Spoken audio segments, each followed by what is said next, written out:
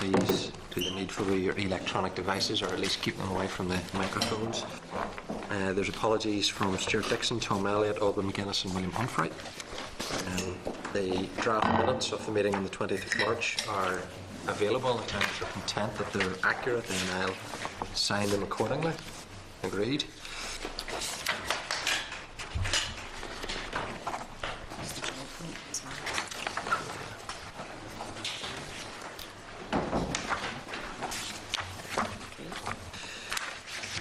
There's a couple of items just under matters arising. There's the updated work programme to the Easter recess on pages 12 to 16. Work is likely to begin on the roof project before the end of April, so the committee meeting will move to Wednesday afternoon at 2 p.m. in room 21, following the Easter recess, with the first one being scheduled to take place on Wednesday the 30th of April, so we'll keep members informed as we get nearer, but it should be quite soon. Item 2 is a letter from the Department regarding the evidence session with officials on the Human Trafficking Bill.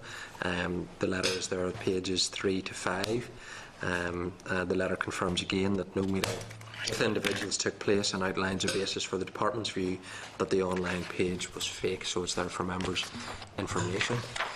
Item 4 is the Prison Reform Programme, evidence from the Prison Governors Association, and they're here today, so if they want to come forward to the table. We agreed to invite Prison Governor Association representatives to the meeting today. The relevant papers for members are pages 18 through to 85 of your meeting folder, which gives a background to some of the issues that we've raised in the past in respect of this issue for members' benefit. So let me welcome Governor Pat Maguire, who is Chairman of the Governors Association, and Governor Pat Gray, Secretary of the Prison Governors Association, to the meeting. You're both very welcome, and we appreciate you taking up the committee's invitation to be here today. As with other sessions, this will be recorded by Hansard, and then the transcript will be published in due course. So I'm going to hand over to Pat at this stage to make some opening remarks, and members then, I'm sure, will have some questions around the reform programme. Okay. Thank you very much indeed, Chairman. Just by way of introduction, can I just start off by saying thank you for the invitation. I think it's very timely that we're actually coming along, given the extent of the prison reform programme and the progress that's been made. But just to start off by saying that the Prison Governors Association, the Northern Ireland branch, is part of a UK-wide Prison Governors Association which incorporates England, Wales and Scotland. And we have a position on the National Executive Committee of the Prison Governors Association. There are two purposes of the Prison Governors Association. One, which is, as you will understand, is the union activities and terms and conditions of our members. But secondly, and just as importantly, are the professional matters to do with the running of prisons, penal policy, and other social policy areas that would impact on prisons. So we have a particular interest in all of those particular issues, and hence, obviously, the reform programme for the Northern Ireland Prison Service is very up our agenda, as well as that of NIPS management. So we welcome the opportunity of giving evidence here today. Okay, thank you. If you're happy, we move just straight into the questions. Absolutely. Okay. Thank you. In terms of the reprofiling of the target operating model, and that's an issue that had been raised with the committee on previous occasions, has that now taken place in each of the establishments, and has it addressed the issues that were being raised around reducing the number of lockdowns that have been encountered? Right. The situation with the target operating model, we're just calling it reprofiling actually now. We've moved on somewhat. We did an initial profiling, bearing in mind that we were trying to manage through and continue to manage through those people who hope to leave through the exit package from the prison service, of which there are only a few left.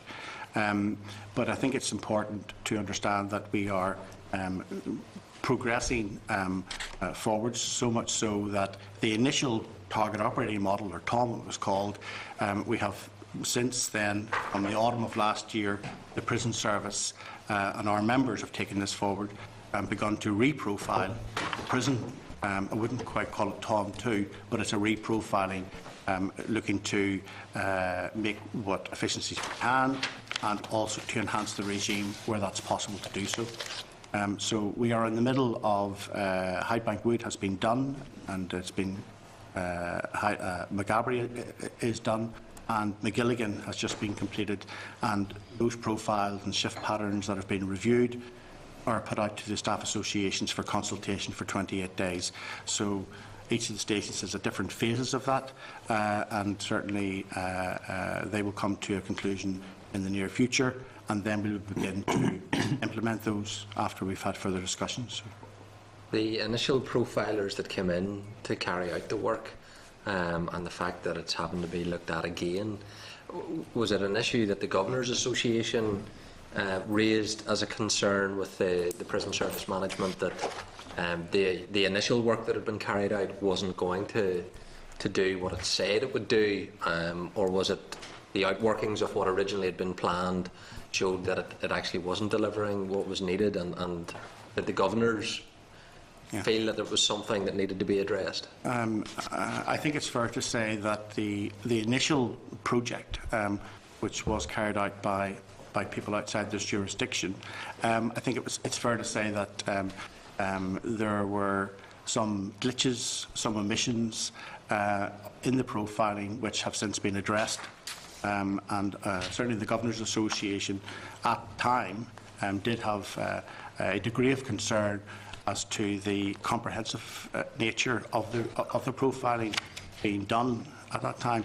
There were and have been a number of anomalies that have since been addressed and are being addressed through this reprofiling exercise. So there were a number of issues, I think it's fair to say, and I can only talk with some clarity around Maghaberry, but there were some glaring omissions which have since been addressed.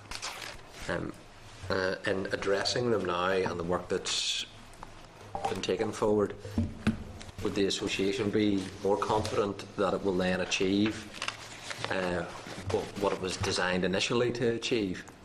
Yes, I mean, each of the governors of the relevant establishments, as I understand it, has been taking very much a leading role in linking in with the profilers, who are locally based profilers, to get the profiling for each of the prisons right, trying to shed wastage where it's possible, but to ensure the safety of staff who are working in very challenging circumstances in our prisons, but also to ensure that we then reduce, if not eliminate, lockdowns for prisoners in regimes, but also make sure that we have a safe and secure and decent environment for managing prisoners.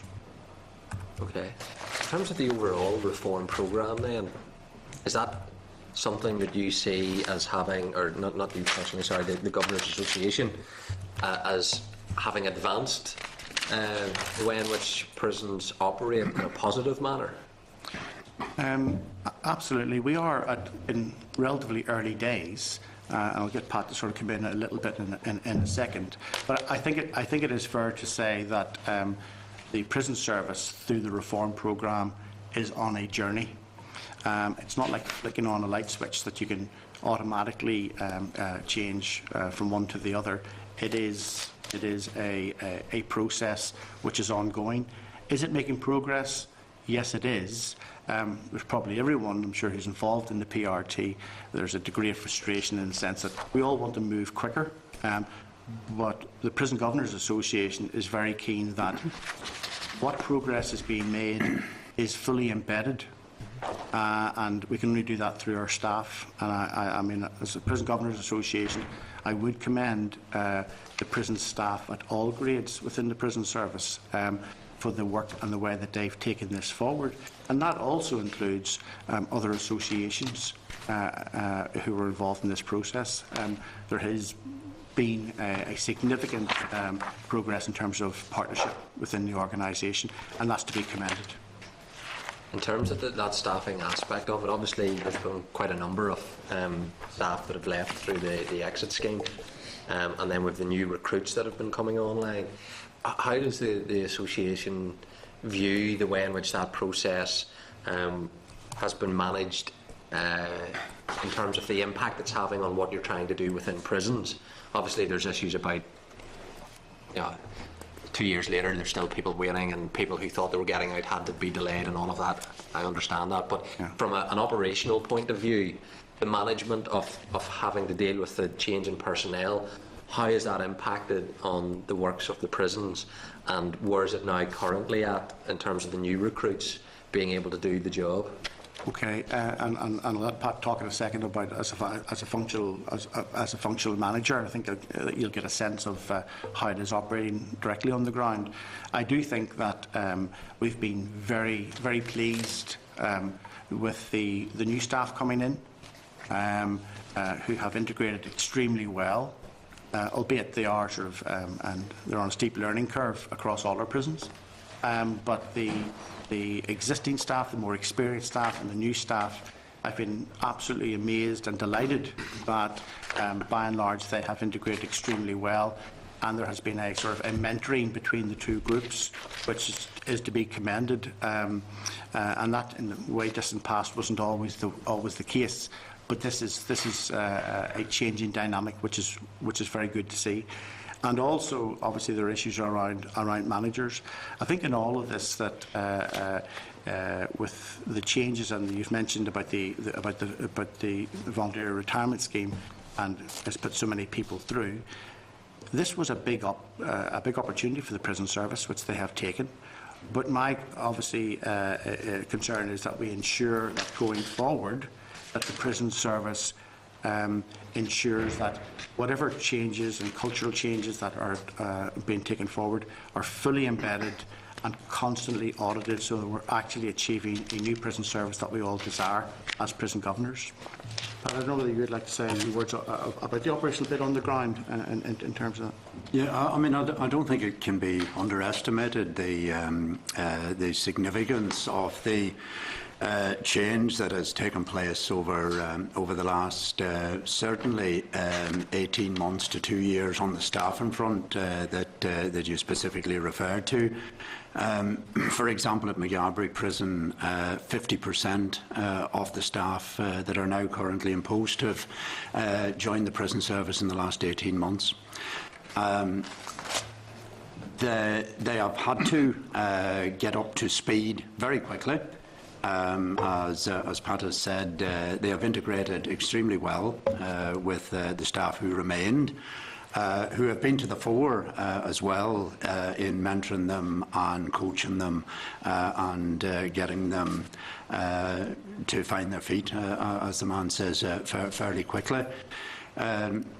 The new custody officers are spread across the establishment in all areas of work. They're in the residential areas, operational areas, and some of the specialisms as well.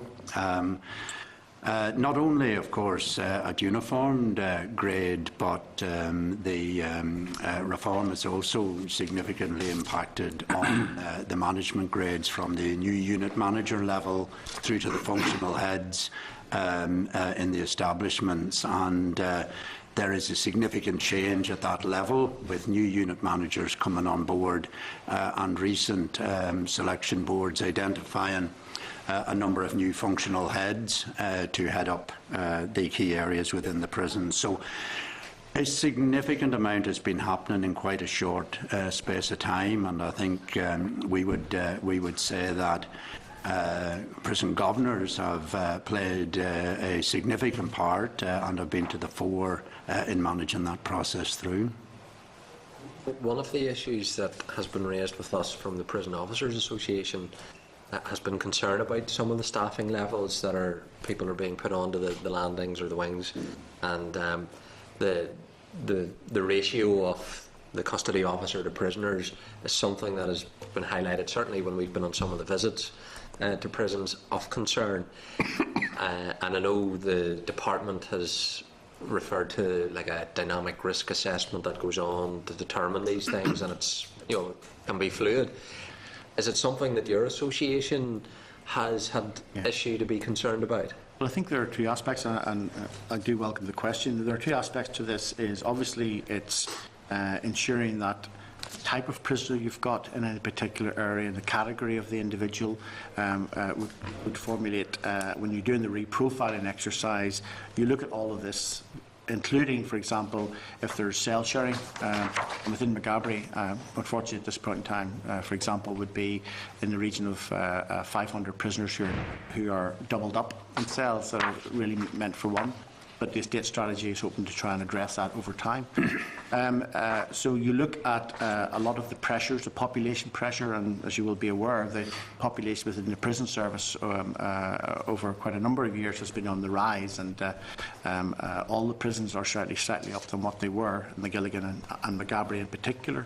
So we have what's called work area risk assessments, which we now carry out in great detail, and that's all part and parcel of the consultation process with the staff associations whenever we give out profiles, work area risk assessments, shift patterns, and regime delivery quotas as well. So how many staff you can actually have on a landing can also potentially dictate the regime.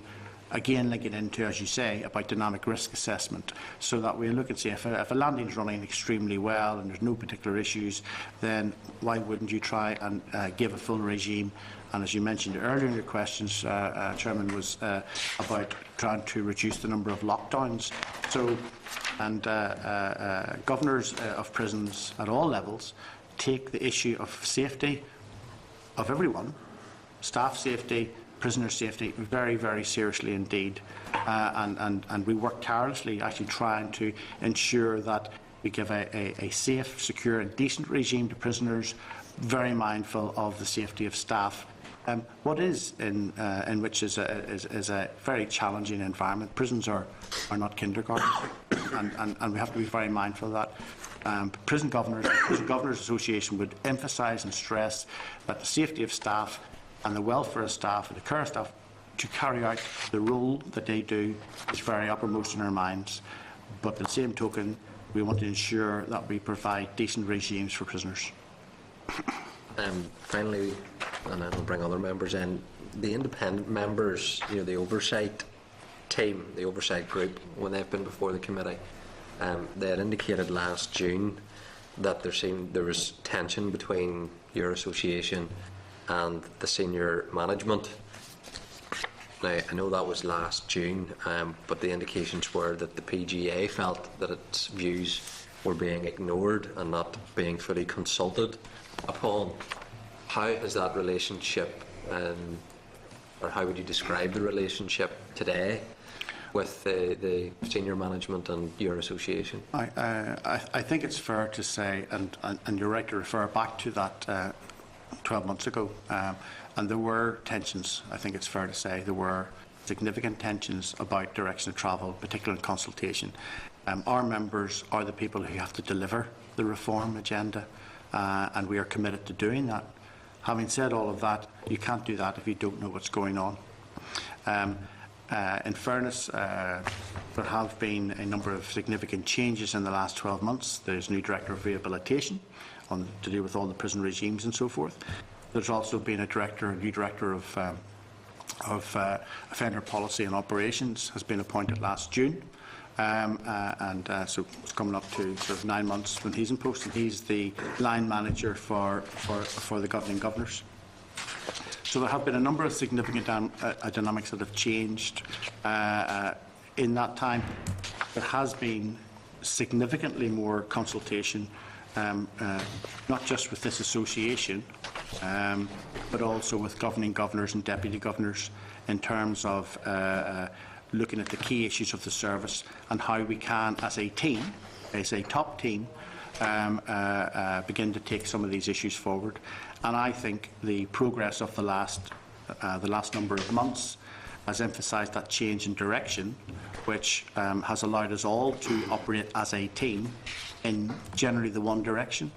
Having said all of that, I think it's important to emphasise that, and we all live in financially stricken times.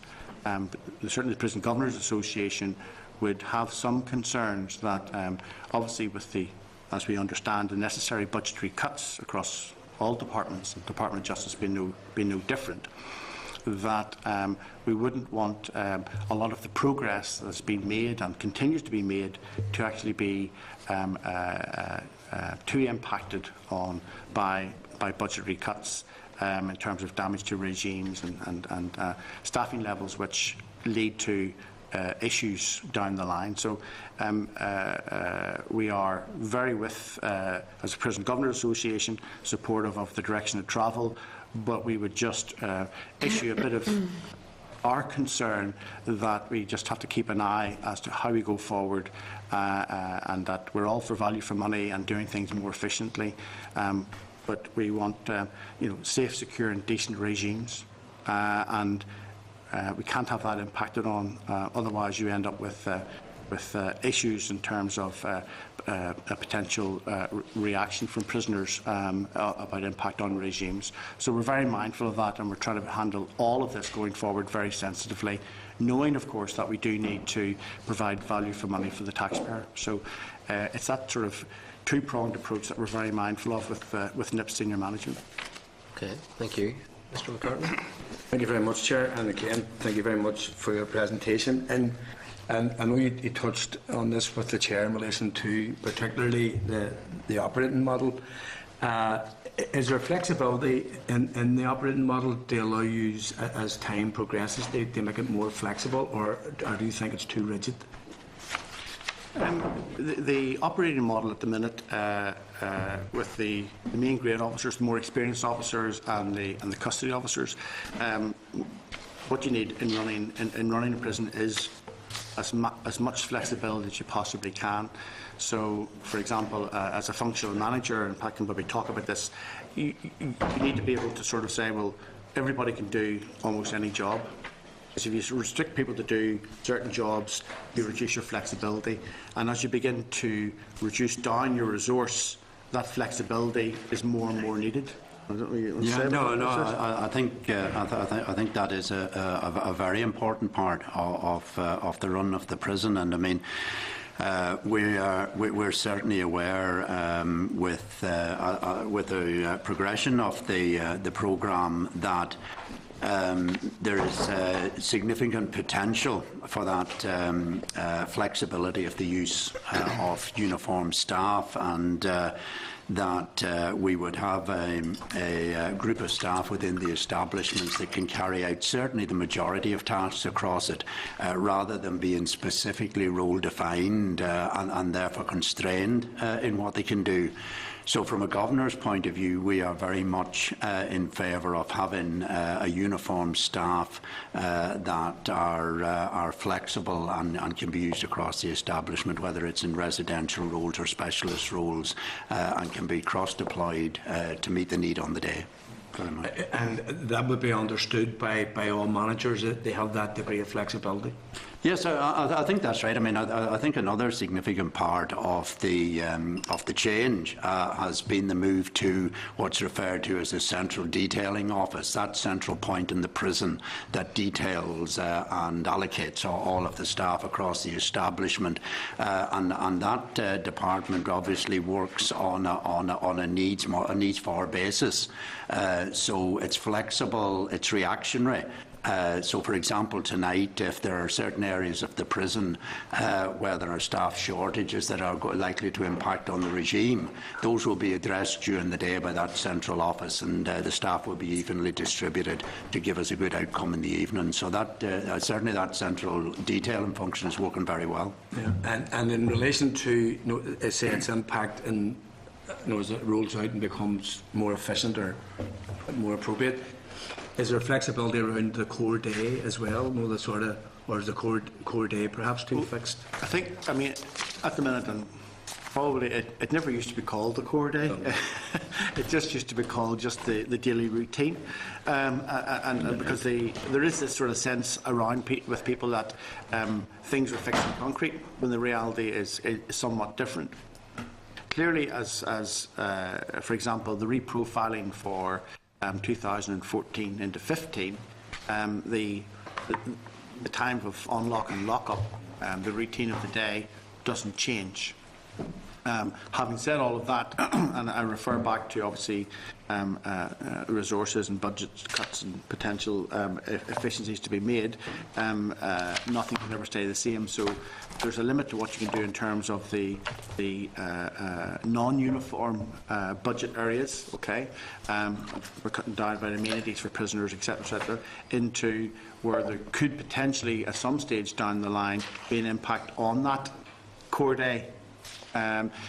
We would want to try and avoid that if at all possible, but there are no guarantees in this in terms of what is the requirement of efficiencies, and that means on the staffing side, if it was deemed appropriate that there would be some stage down the line a percentage efficiencies requirement, that would clearly have potential impact on the regime. Not guaranteed, because there are lots of areas within the prison that are not the front line in terms of on the landings as such.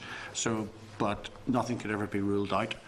But you'd want to try and retain that, and if that ever happened, that you'd have to be in a position to properly communicate that and the reasons why, and explain through to people why it's happening. Because, as we all know, we're in a critical position financially, so to manage that as best we can.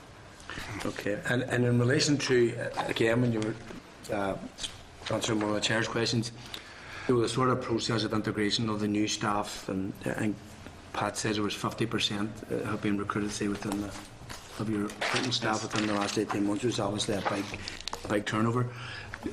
What's your measurements for change? No, that's obviously been a process which you've welcomed and see having benefit. But how do you measure that, say, in the short term and long term?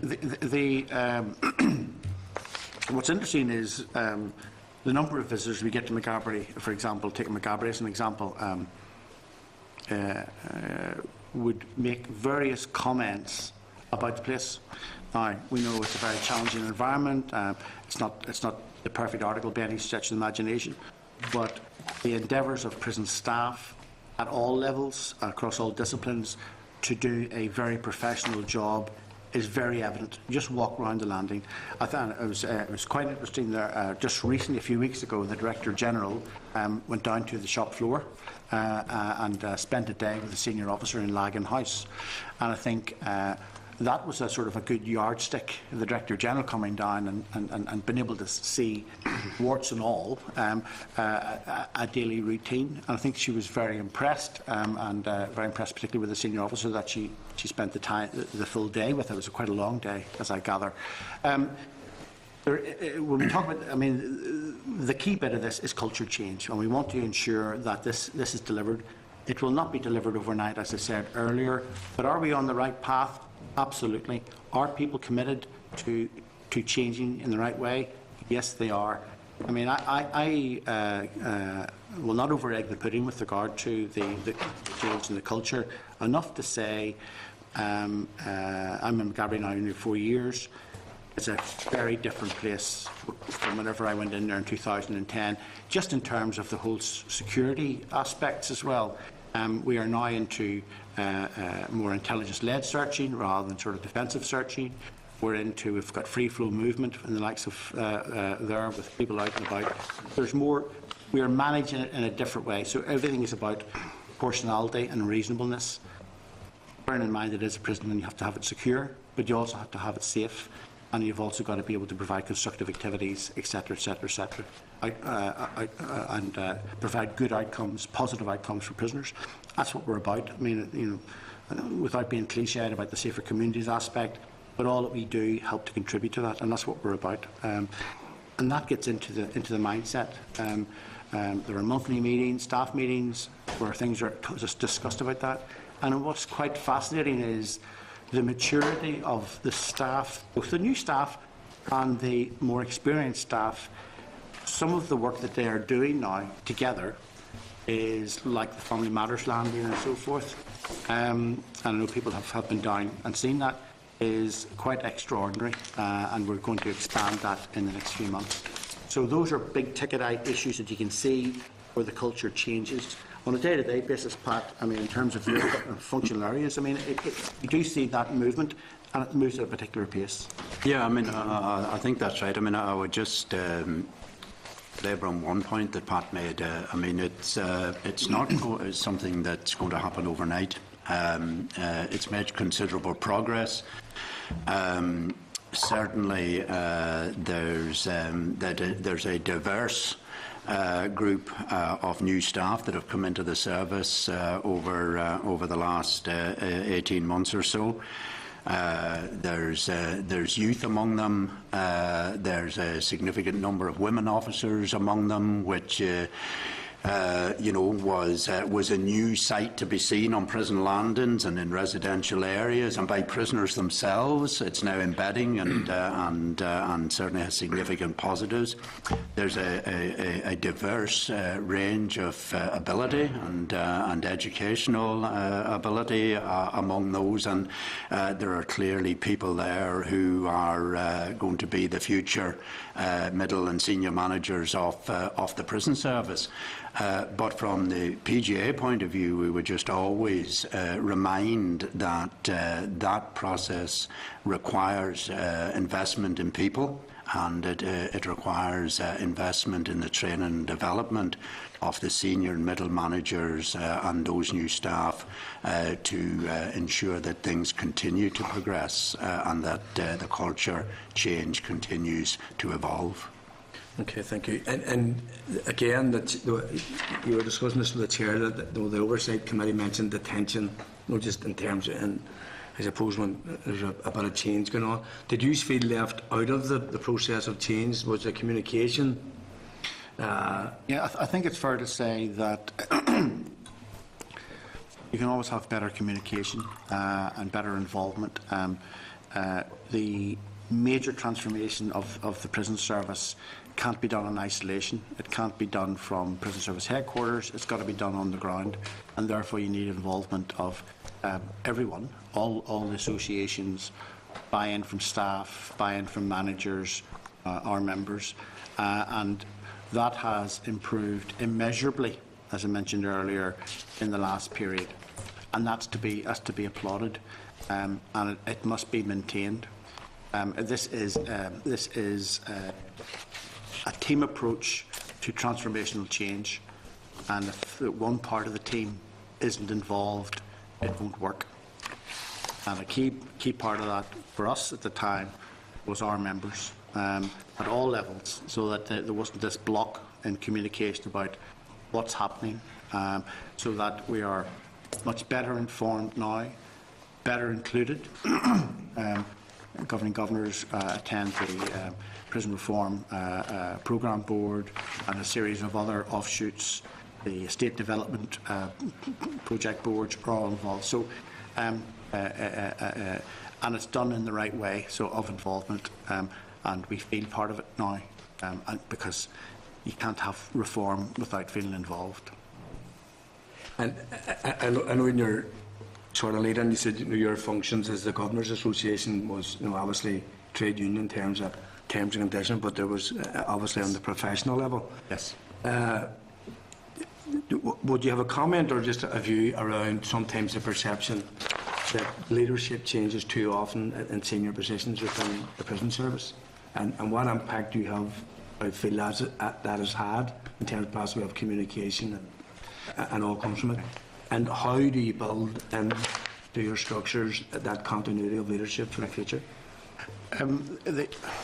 For too many years, and I would accept the point that there has been too much change. I think it's fair to say sometimes change for change's sake, or change because people's face didn't fit or whatever. Going through the change programme that we're going through, there's one thing you need: stability. You need to ensure that everyone is on message as far as you can, so that everyone's going in the right direction. There's nobody pulling away for a particular reason, and we're emerging, hopefully, on that. In order to achieve success in this reform programme for NIPS, one key thing the Prison Governors Association would emphasise is really needed. It's continuity, stability, ensuring that the people who are making the decisions are going to be there to live by the decisions. And that's not a slight at people coming across or from other jurisdictions, because there's clearly a need from time to time for that to happen, and it's useful to try and refresh. Having said all of that, prison governors and the Prison Governors Association know their business, and I would not let anyone tell us any different. We know our business, and we know Northern Ireland. We're a small community overall, and we want to do the best by the criminal justice system, by the prison system, delivering, as we say, good outcomes for prisoners, because it leads into hopefully reducing the risk of reoffending, of which everyone would agree that that's the right thing to do. And as we think there should be over time, more homegrown talent, and it builds a little bit on what Pat said earlier about training and development, which for many years, I make no bones about it, for many years didn't happen, and I hope in going forward that all the new unit managers, functional managers, people of governors, that deficit, which crying shame in many ways, is going to be addressed in future. Because we should have our own, we are a very talented people in Northern Ireland, and we know our business, and I think we should have more homegrown talent brought through. I think that's critical, because you get the ownership. You're here to live. It's okay making decisions, but they're easily made, sometimes strange decisions, if you're not there to live with the consequences. So I think that's very important that we make that point on behalf of the Prison Governors Association. Just one final point, and it's the latter. When you say training and development is now built in, or was it voluntary in the past? Is that way it was maybe perhaps a bit haphazard? Oh, it's changed over the last 20, 30 years. Whenever you got promoted, you were automatically, here's the training that you had to do in order to be able to fulfil your role. Because it's very unfair to ask you to do a role that you haven't been trained or developed to do, and then you get maligned because you've made a mistake or whatever. And thankfully, hopefully those days of blame culture and so forth are behind us, because that didn't help anybody when you're in the blame culture organisation. And we do need now, and as we met with the prison service last Friday, and on the agenda was about training and development for prison governors at all levels, and there's a commitment to deliver that.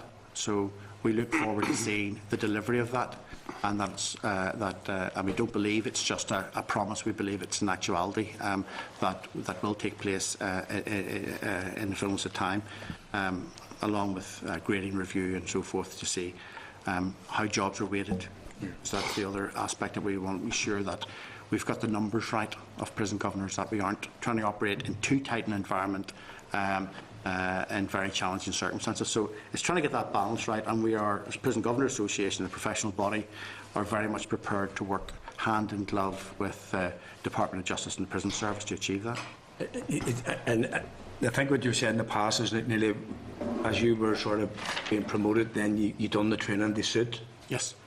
Is there a process in place, say, for new people coming into the service, where there are training, not necessarily, like they just do, so as when the opportunity presents itself, they're ready, or is it nearly? I think it's a mixed economy, in the sense of there's the wherewithal for people to self-develop outside and do an open university degree or that sort of stuff, and there's some funding within the prison service to actually help that, which is good. And then there's people can request to do various particular courses, which you've got to then look at and say, well, what benefit are they going to provide to the prison service? So we're not wasting money in basket weaving or something, but we're doing something which is going to contribute to the prison service, and that's well and good.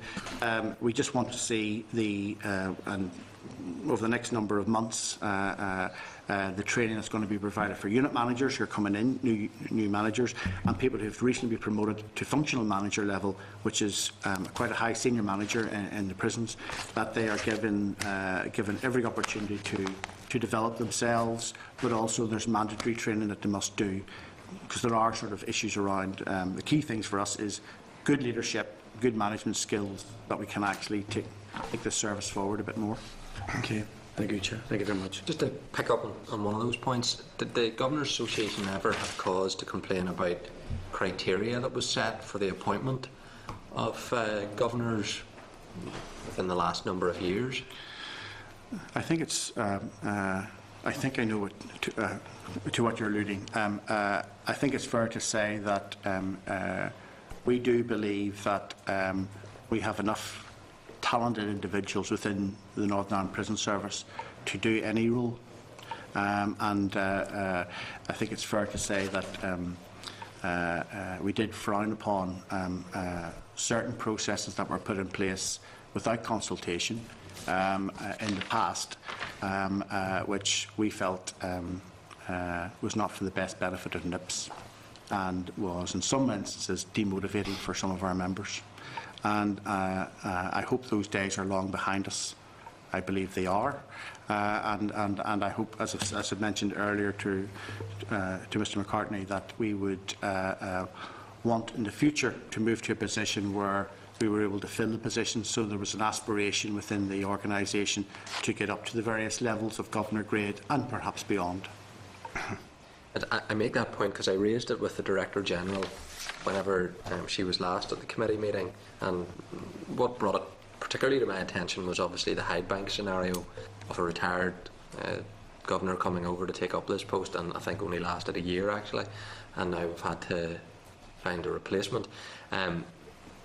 And you touched on the blame culture or the blame game in the past, and certainly I know of governors at that grade who could have done the job, but it seemed to be in the past something went wrong. Let's take them down into Dundonald, into headquarters, keep them there for a period of time, and then we'll maybe bring them back out again. And I made the point that if a governor makes a mistake, and it's a fundamental one, then surely you'll sack them rather than circulate them from within the system, tick a box to say we've dealt with this, but then they come back out again and actually take over a job. So has that changed? Are you confident that there's been a change, that isn't going to be the case going forward? Well, it is, I mean, running the prison service, running the prison, it is very much a team game. We've got to emphasise the team, obviously made up of individuals, and the Prison Governors Association would contend that our governor grade cadre that we have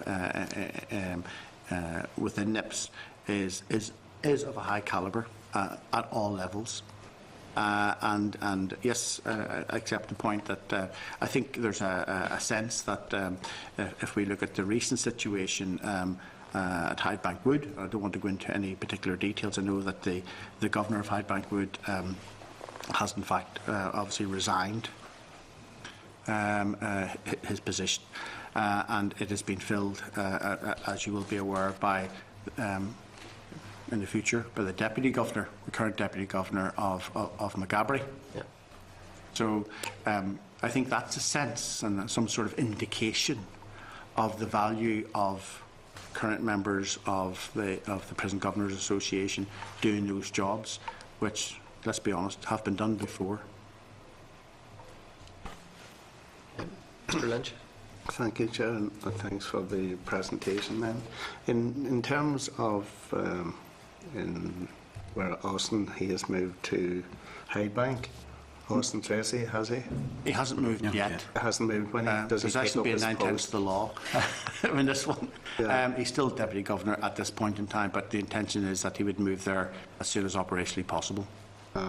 Because we were there in September and there was difficulties around impacts on, lockups, education, etc., etc. And one of the reasons given there was no permanent governor there, there was lack of continuity. So we would hope that there'd be changes when Austin would go in there.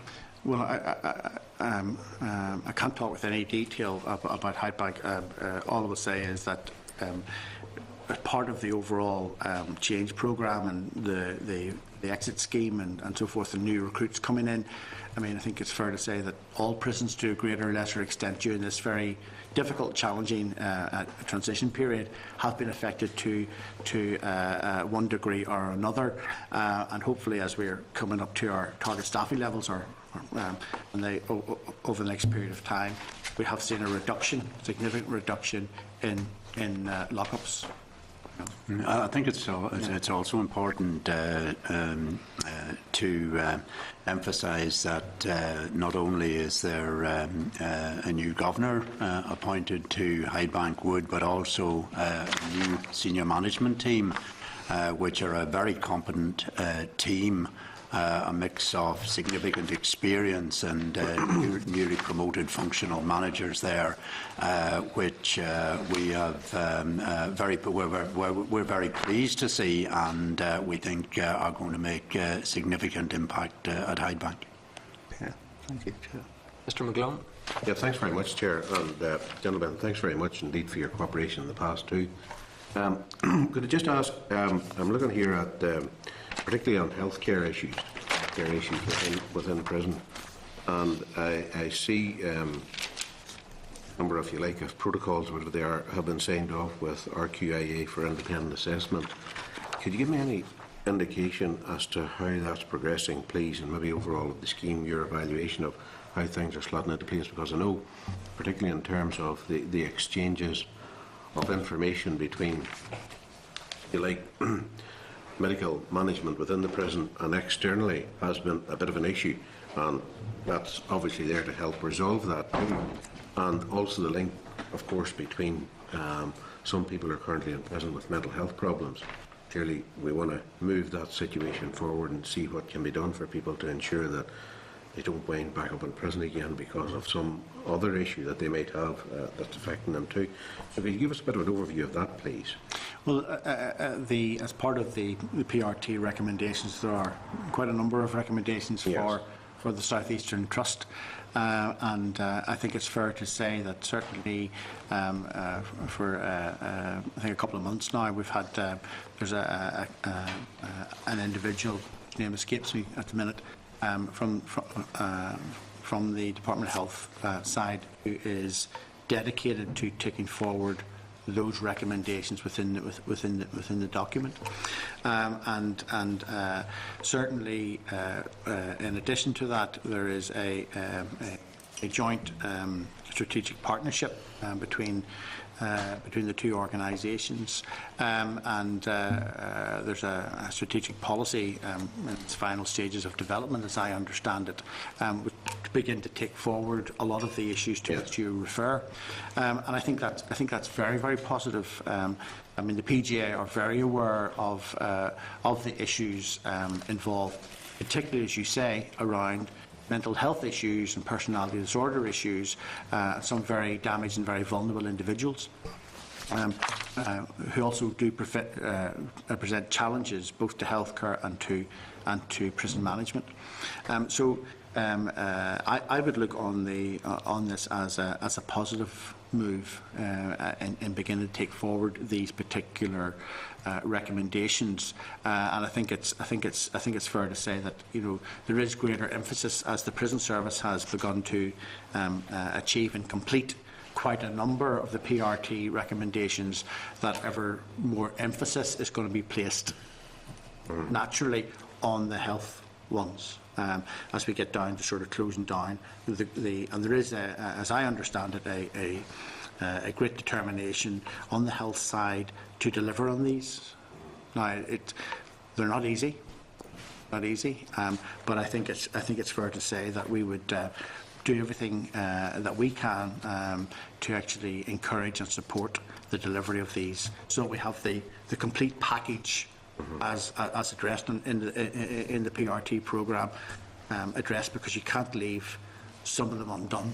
I think that that would be a bit of a disaster. So I think the emphasis has to be about making sure that the PRT recommendations, as they apply to the healthcare side, are, if we achieve those, it will certainly help in the delivery of better regimes for prisoners and better outcomes for those people who suffer with personality disorders, mental health issues and so forth. So there needs to be a lot more done, particularly in that side, but obviously on the general health of prisoners, and there have been health needs assessments carried out by the South Eastern Trust and so forth. So to get a grip and to get a handle, because that's the only way in which, in fairness to the Trust, that they can identify what resources are needed to actually put in at the delivery end. You know. Well, can I ask just, Chair, you mentioned there that it's important and imperative to have, if you like, all the pieces of the jigsaw in place, but especially where there are issues, whether those are personality disorders or mental health issues, which could benefit from a more collaborative, they would obviously be a priority, and they can be in place and got in place if they're not already in place now. So where I'm coming to with that is, and I see a lot of these PRTs have been signed off and are with the RQIA for independent assessment. Yes. Do you have an actual time frame for delivery of those, or for implementation of them, those that aren't already in place?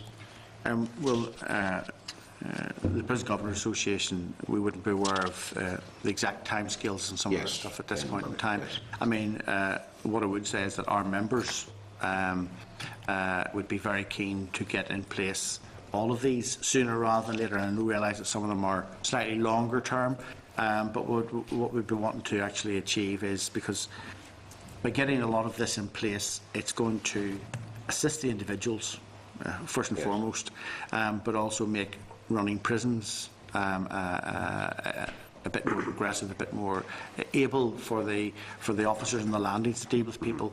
And in fairness, the South Eastern Trust has done quite a lot, and we talk about Maghaberry with a bit of knowledge about personality disorder nurse and so forth as well, and the Donard Centre and that joint approach to working in terms of consultant psychiatrists and so forth as well. So there is a lot to be done.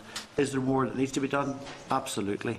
And there is a three-level structure of collaborative working between the South Eastern Trust and prisons, at operational level in the prison on a monthly basis, and then we have an operational forum and then a strategic forum. So there's a lot of collaboration currently underway.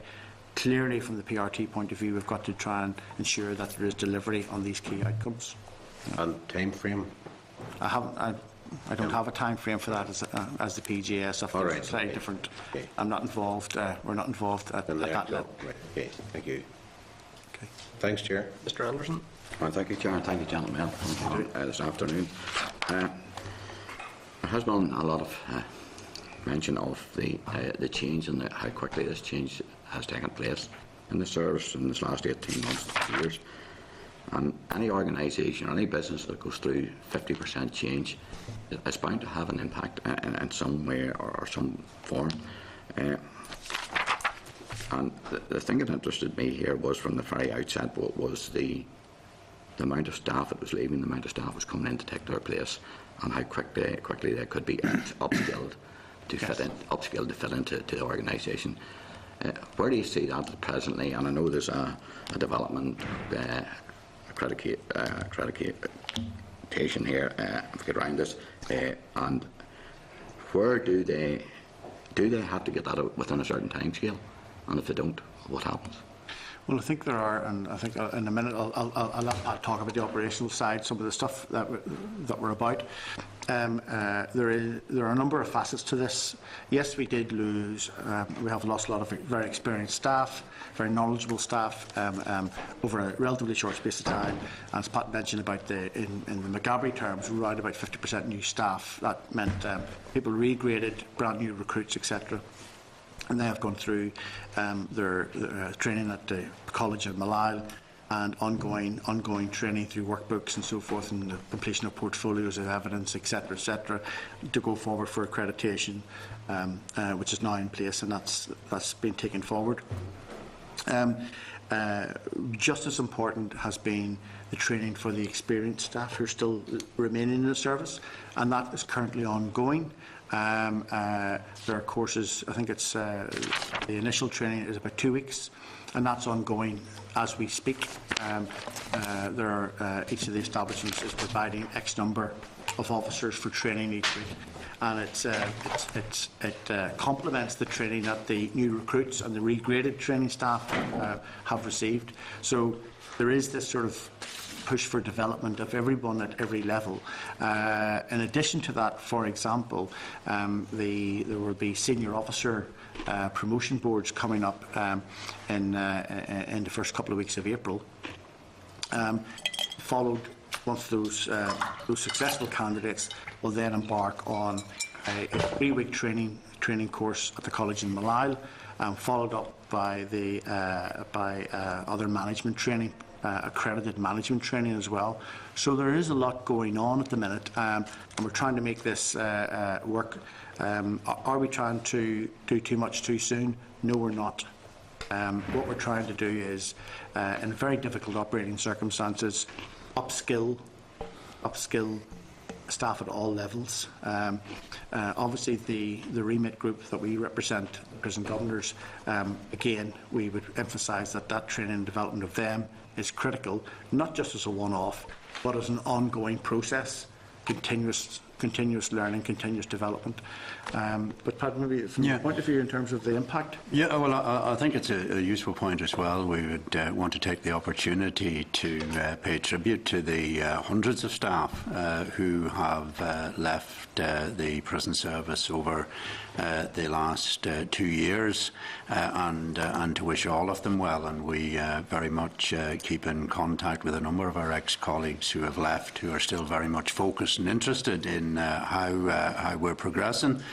I think you make a good point in the fact that you cannot go through such significant change without it impacting on the establishments and the management of them. And I think, again, that's a tribute to the Governor Grades and others who have managed the change programme through over the last 2 years, and the outcome obviously is that there are a very small number of staff left to still depart.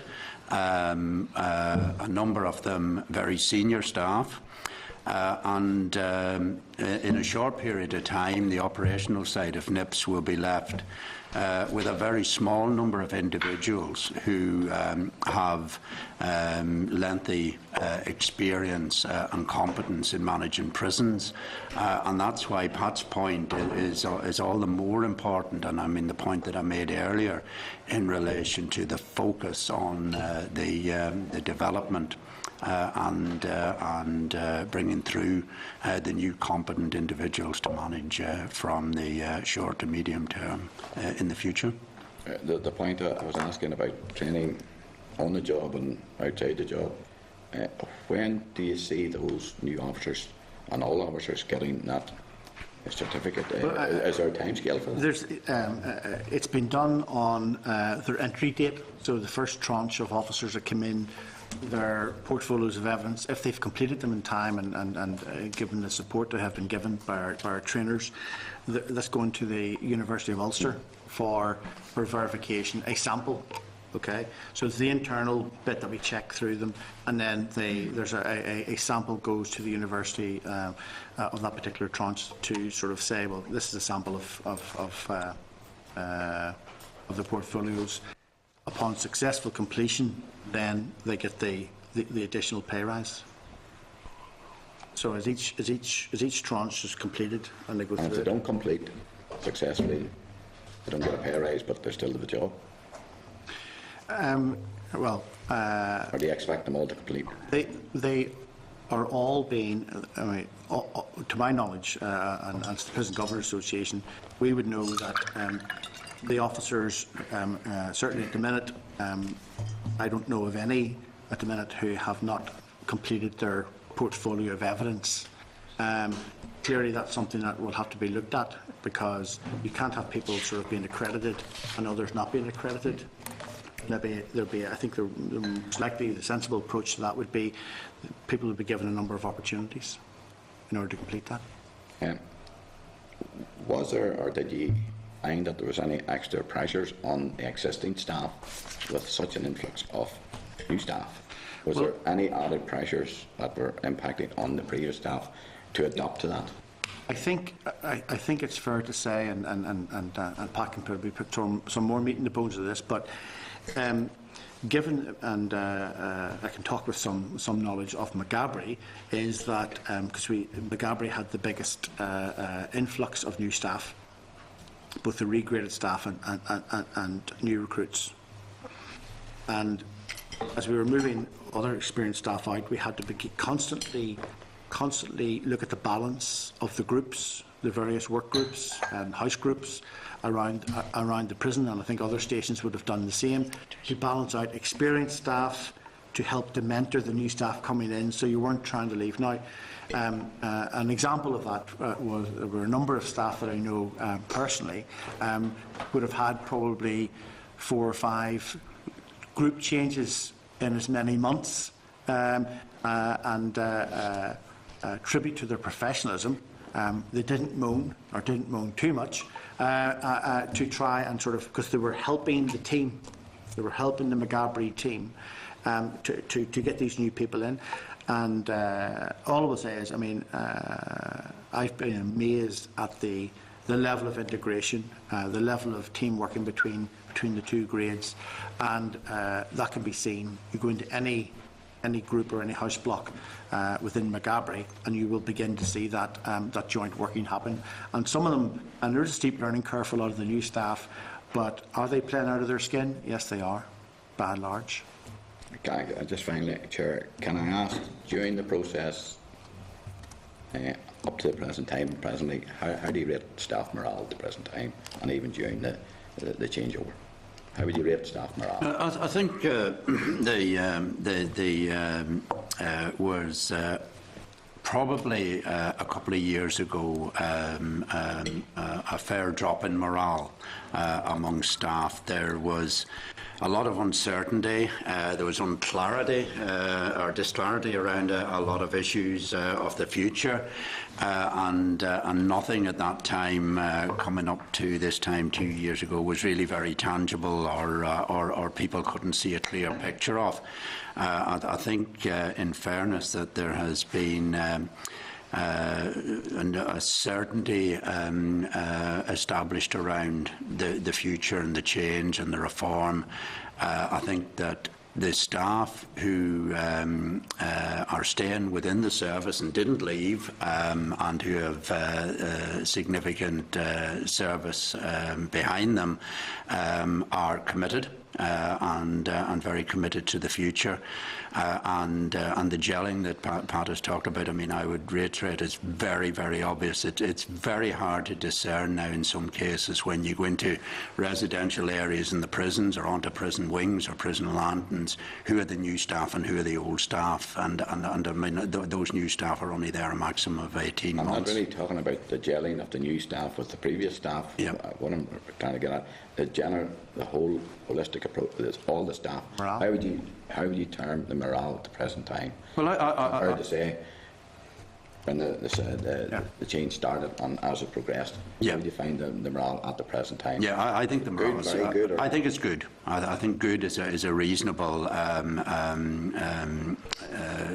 example of how staff are relating to managers locally, how they are relating to forums that we have with staff, management staff meetings, etc.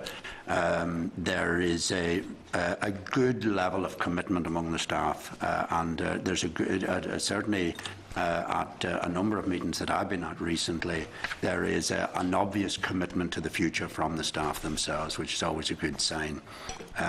There are within the prisons equally good industrial relations at this point in time as well, which lead for a general good feeling all round. So on the scale of, as you said, good, very good, I would say they're good. And I do think that given the monumental change programme that we're going through, at the various parts of the cycle, you've got to expect that people will be sort of, and we've mentioned a little bit here today about our members, in terms of we're not quite sure about this, we're not quite sure about that. And there will be those times where we don't get everything perfect all the time. But being realistic and having full staff meetings and beginning of March, for example, and you know, people are generally happy-ish. You know, no one will ever be perfectly happy. And bearing in mind the very challenging environment of which the prison officers work in, a very difficult job to do, you know, I think they do a fantastic job. They're very professional.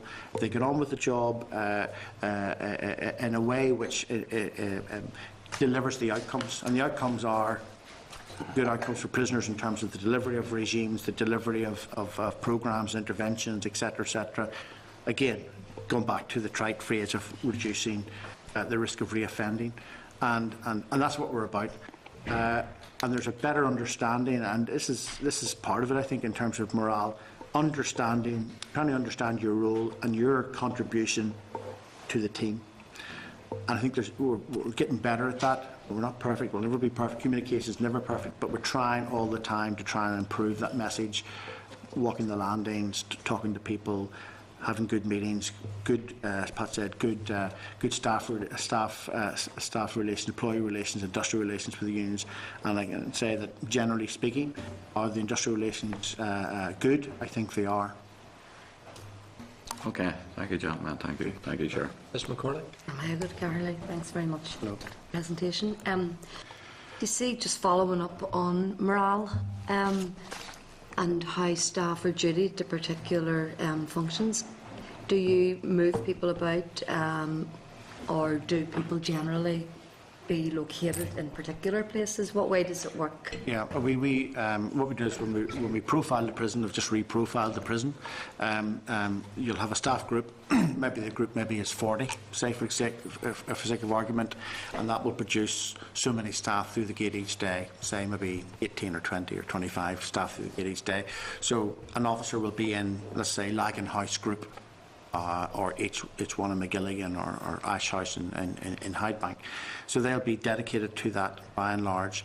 They may do a lot of work in that particular house, but they may be cross-deployed to do other things, go to visits or whatever. But by and large, most, if not all, staff will have a dedicated group, and that will be, we try to, staff can request group moves.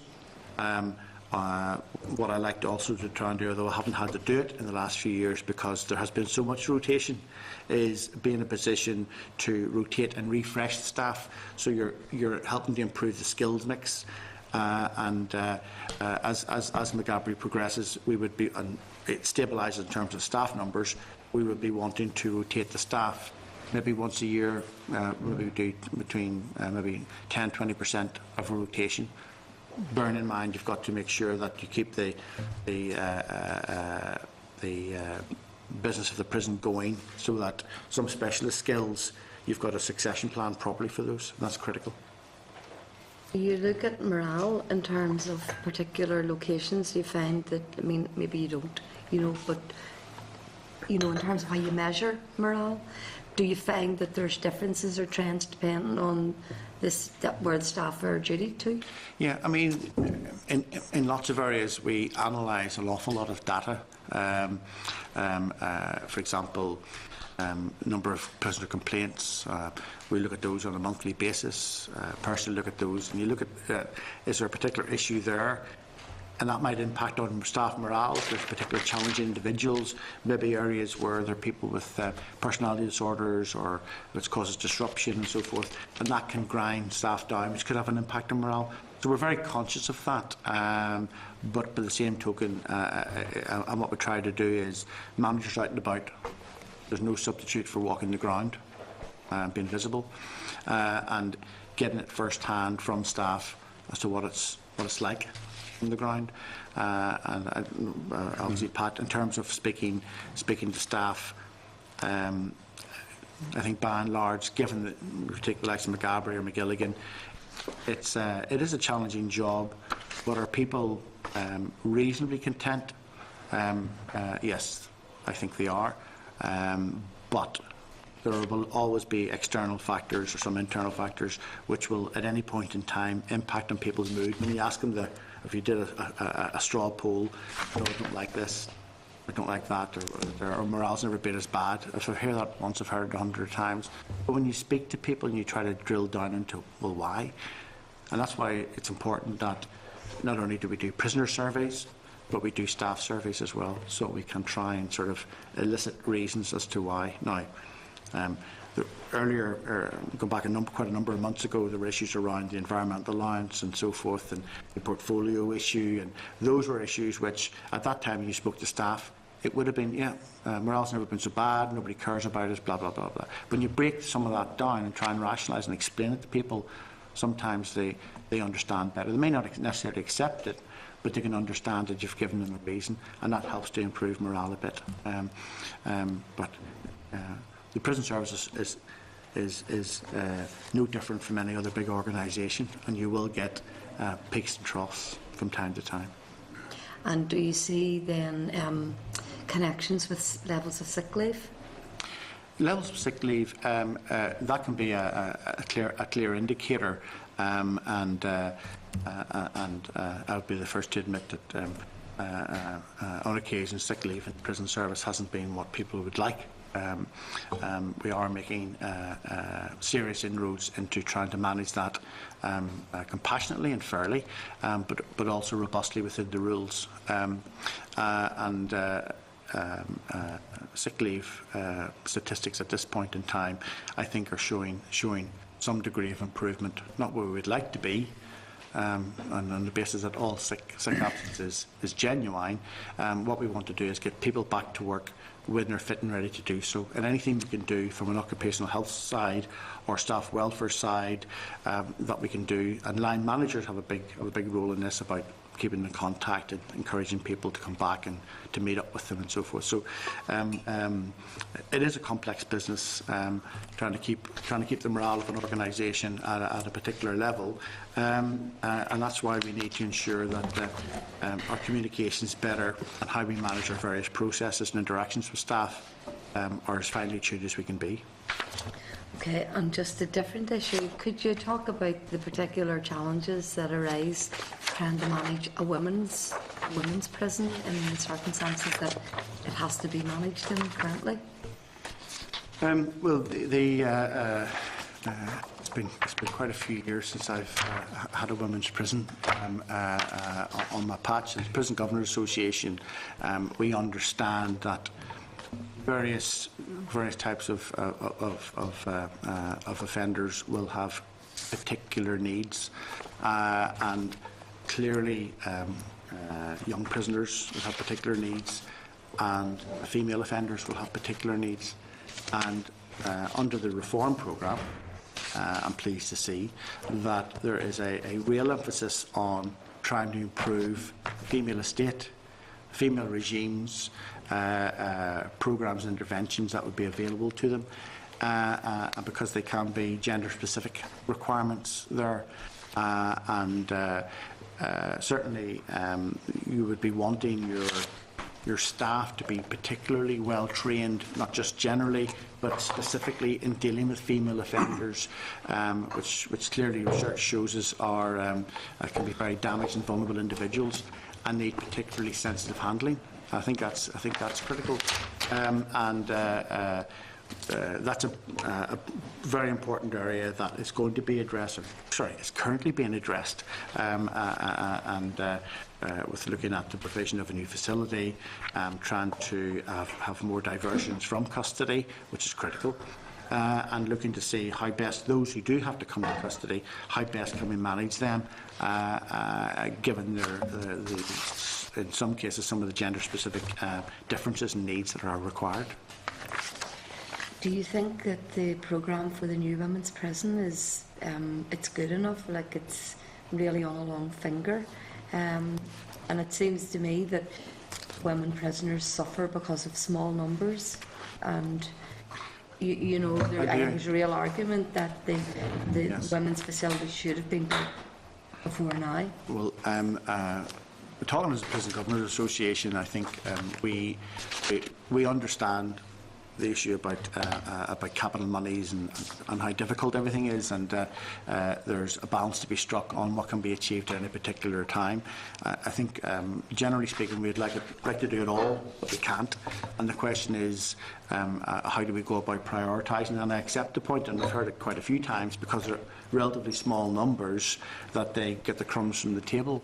I don't sense that from the head of the prison service, the management board of the prison service. I think, if anything, there is a real desire from the minister down to try and sort of take a very holistic view to the prison estate, and emphasising that there are a lot of people, that I say, batting for the female estate, that we want to try and take that forward when it's able to be done.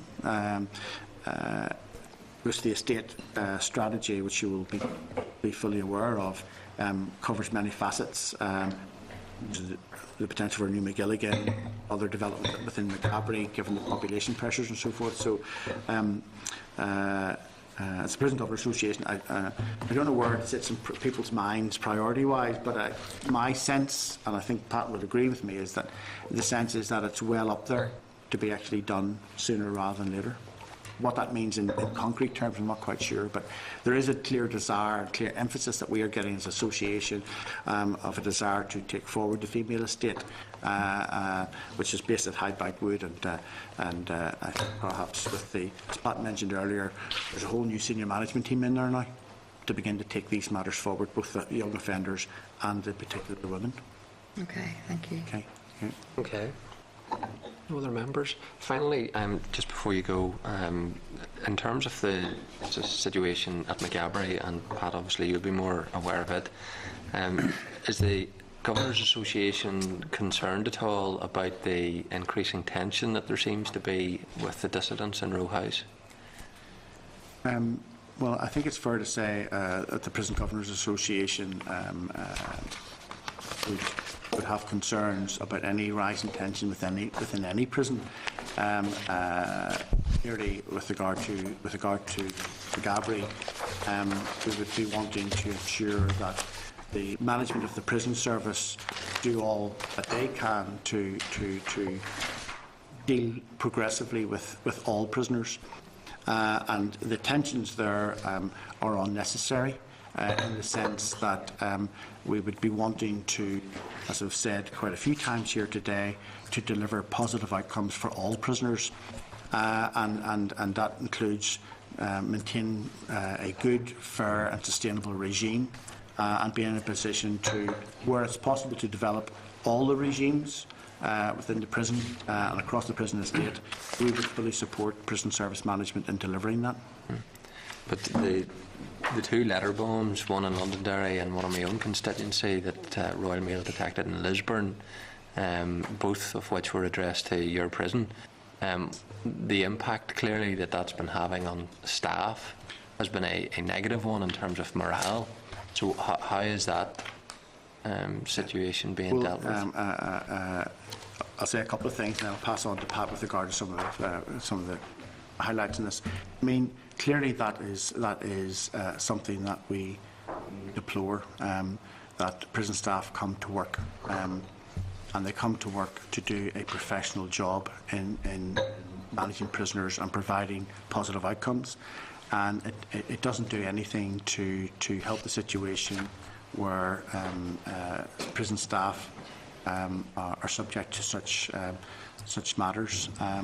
And those in particular were quite distressful. So the Prison Governors Association would not accept that is in any way the way the prison staff should be treated, both inside or outside.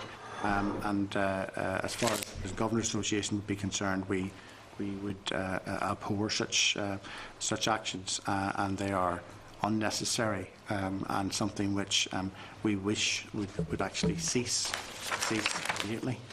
Can anyone say anything? Yeah, I mean, such acts, of course, do impact on morale and on individuals, and just to reiterate, cannot be justified. And the view of the association is total condemnation of such acts. And for any reasoning is beyond us as to why such action will be taken. But it's our job as prison governors to support the staff and to manage the situation within the prisons, and to that respect, the staff that are working in certain areas of the prisons are regularly met by prison managers and by the Governor himself on a regular basis, where open discussions can take place and advice and support can be given, and they continue to do their job, which is their contribution as all prison staff to Northern Ireland's safer society, and we will continue to provide that support to them. Is the association getting the support from the senior management of the prison service to make sure staff are being supported, and that ultimately the objectives of certainly the dissident Republicans would be to control their own affairs as they used to do? So how assured are you that the demands being sought by the prisoners, the unreasonable demands in my view, won't be met by the ongoing attempts to target prison officers? Well, I mean, I think the situation, as you can understand, is quite complex. But having said all of that, Prison Service Headquarters, the Minister, have been supportive of prison management in trying to manage what is a very difficult situation. And as Pat rightly says, we tirelessly and want to continue to actively support staff who work in, and all staff actually, but those staff in particular who work in very difficult circumstances, and clearly regimes which are on offer are amongst the best regimes that are around, and we constantly look at ways in which we can impact and improve all regimes, because nothing ever stands still, particularly in a prison environment. And so we are very mindful of all of that, but there are clearly issues that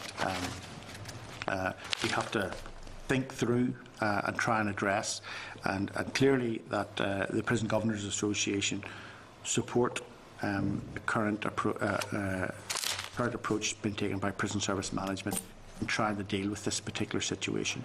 So I hope that the staff believe that they are being supported by prison management, and certainly the Prison Governors Association would support prison management in their approach to this. So it is a complex issue. It's not something that stands still, but by the same token, there are clear limits to what can be achieved in terms of a progressive regime, and certainly at this point in time, from what we can discern, there is very clear support up and down the structure for the current approach, which is trying to manage things in a very difficult circumstances, given some of the external events to which you refer in recent times. Okay. Well, Governor Maguire and Governor Gray, can I both thank you for coming on behalf of your association to the committee. I think it's been very beneficial for the members, and I appreciate your time. Thank you very much. Thank you. Thank you. Okay, members, some of the issues that were covered and we'll have an opportunity to pick up with when the prison service officials will be at our committee meeting on the 10th of April. So we can follow it up at that particular meeting. We'll move on to the next item, which is the briefing on human trafficking and the consideration of the clauses which we had commenced last week. Let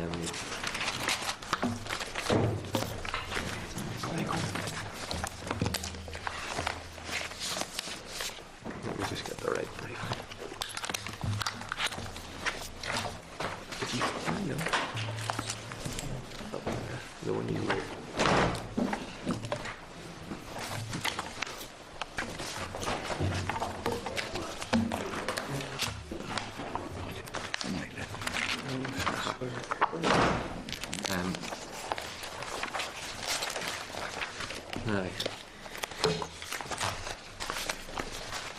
Well, there was a number of the clauses that we had went through that members were content with, and then there was a number where there was some more discussion to be sought. And take note of the fact that some of the members who weren't here last week aren't here again this week, and in order to shed some more light in terms of their own thinking. So I don't know how beneficial this is going to be, but there's been some movement on those that we had put back to deal with today. One of them was clause 4. That was the minimum sentence for human trafficking and slavery offences, and that was the issue there. Was around the amendment that Lord Morrow had brought, as opposed to the Attorney General, who had said it should be immediate.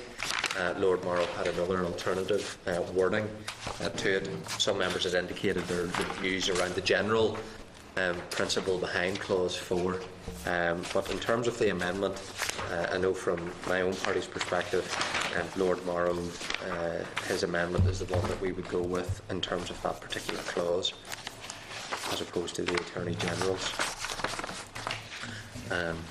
Ms McCormick. I'm just not completely clear. What is the difference? What difference would that immediate make?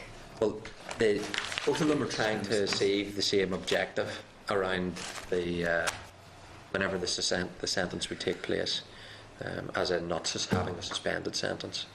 But Lord Morrow's wording and the Attorney General's wording tried to deal with the same issue, but Lord Morrow's one, we're being advised, is the better worded version as opposed to the Attorney General. So the Attorney General one, that one rules out a suspended sentence. Is that what that Yeah, means? they both do that, but we were advised that Lord Morrow's one is technically the one that is better worded to achieve that objective. Oh, okay. I think some members last week weren't sure whether they were both doing exactly the same thing. The intent is the same, they're just worded differently. Yeah, it was only when I was reading over it myself then I couldn't remember what's the distinction. And so I think that was all. Members weren't sure whether there was any distinction or whether they were trying to do the same thing. They were just different wordings. So we've clarified they both would do the same thing.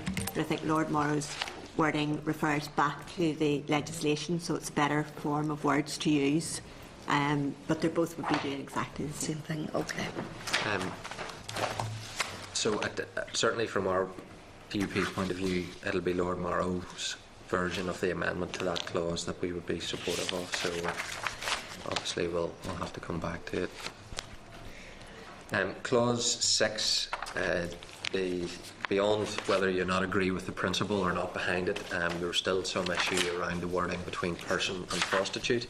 The wording that the Attorney General and the issue behind that has been raised by the Attorney General.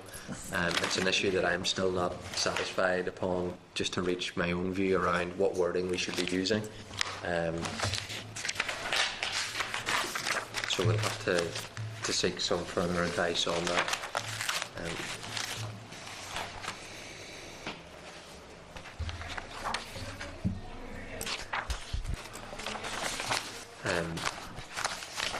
Notwithstanding parties' views on the principle, did yourselves have any view about the wording, if clause 6 was passed, whether it should be person or prostitute that was used? I was thinking about what the Attorney General was saying, and he seemed to be making a case that it would be easier to convict. Yeah. It would be said if prostitute is used, that would present additional burden of proof.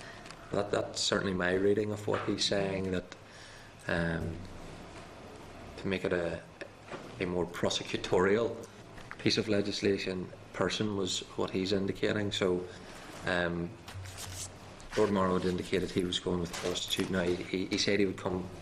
We've made contact with him around this, so we're trying to get a bit more advice from him as to what his own view is, given what the Attorney General advised him subsequent to last week's meeting, which we obviously have a copy of now. So hopefully we can get a bit more clarity where Lord Morrow's thinking is on it, before I would ask the committee formally what the view is. I think it's somewhat easier to prove that someone's a person as opposed to a prostitute.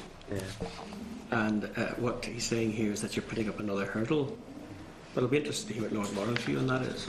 I think it was The Public Prosecution Service seem to have indicated in some of their evidence to the committee that there may have been an issue around this person-prostitute terminology, and it seemed to be on the back of that Lord Morrow's amendment had been based. The Attorney General has given a very different opinion. So, well, we will come back to it around that particular issue. Chair, do you see on clause 6 it was raised last week whether an EQIA had been considered, and there was a response, but I'm not sure how clear it was. Do you think we could maybe write just to get a clearer answer of what the view of an EQIA would be, or would you consider doing an EQIA? Yeah. But my take on that, and I'm happy for us to contact him as a committee to ask him about that. My take on his evidence was he hadn't carried out an EQIA. Yeah, it wasn't required. Wasn't required to. But then I think the Dr. Boucher, I think it was, indicated that didn't feel that it would require one because it was trying to help vulnerable people. But happy that we would just get clarity as to the EQIA thinking. Just might be useful to have it, Yeah. you know. Clause 8 was the other one.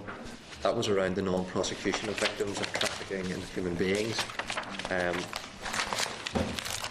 We noted that it may not be necessary if the assurance is given by the PPS in relation to prosecutorial guidance which deals with human trafficking cases address Lord Morrow's concerns in relation to the non-prosecution of victims of trafficking in human beings. Lord Morrow also indicated he's minded to await recommendations of the Joint Committee in Westminster, which is currently considering the question of how non-prosecution of victims should be dealt with as part of its scrutiny of the draft Modern Slavery Bill.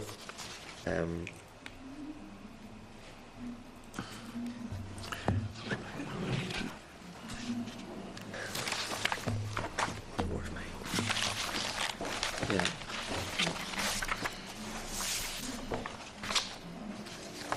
Obviously, we're waiting on Lord Morrow just to identify whether or not he's moving this particular clause in light of the other information. But for next week, or whenever we're looking at this, we have to either agree or disagree with the principle behind Clause 8, although we can caveat it that position is subject to what is happening elsewhere. So certainly, the DUP is we're content to we agree with the principle behind it, behind Clause 8, but obviously we're awaiting the outcome of what's happening at what Lord Morrow's indicated.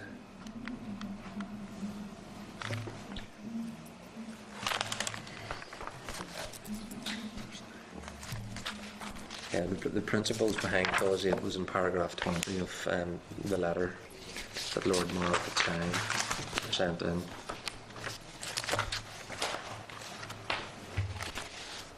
So if members can have a look at those principles for next week, because either we agree with it or we will disagree with that clause, but we will be affirming, we can affirm the view that we agree with the principle behind it.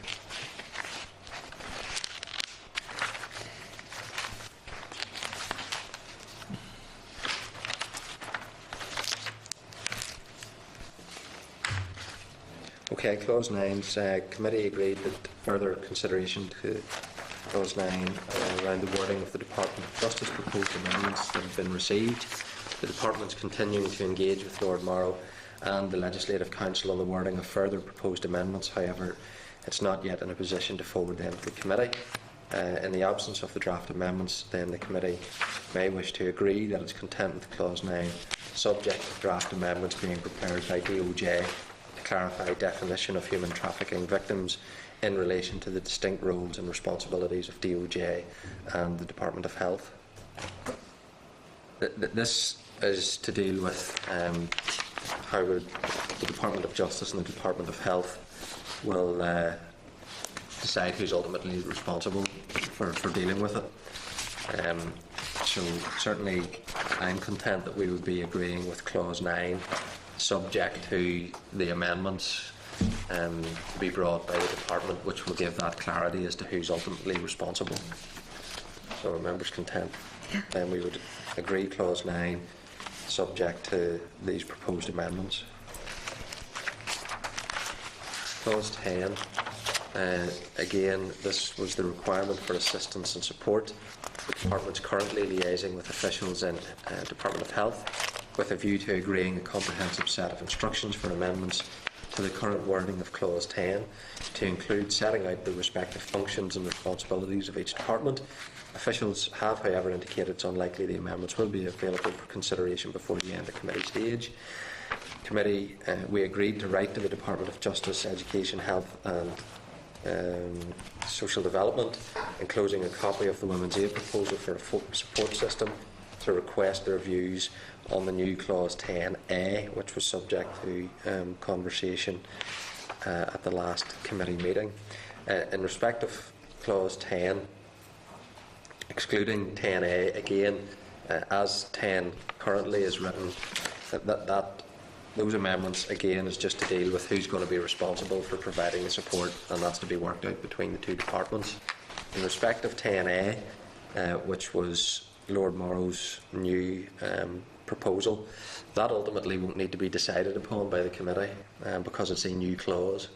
We only have to agree or disagree on what the existing clauses were and amendments to those clauses. This is a new clause. So from a technical point of view, we don't actually formally need to agree or disagree on that provision. But we can reflect into the committee report on the bill, will reflect that Lord Morrow has brought forward this proposal, and we can reflect the committee's asked the various departments for more information to assist its consideration, but you don't have to put a formal question because it's not actually in the bill at the minute, but we can indicate the views on it, or that you're getting further information to assist assessment of it. Yeah, okay. Okay.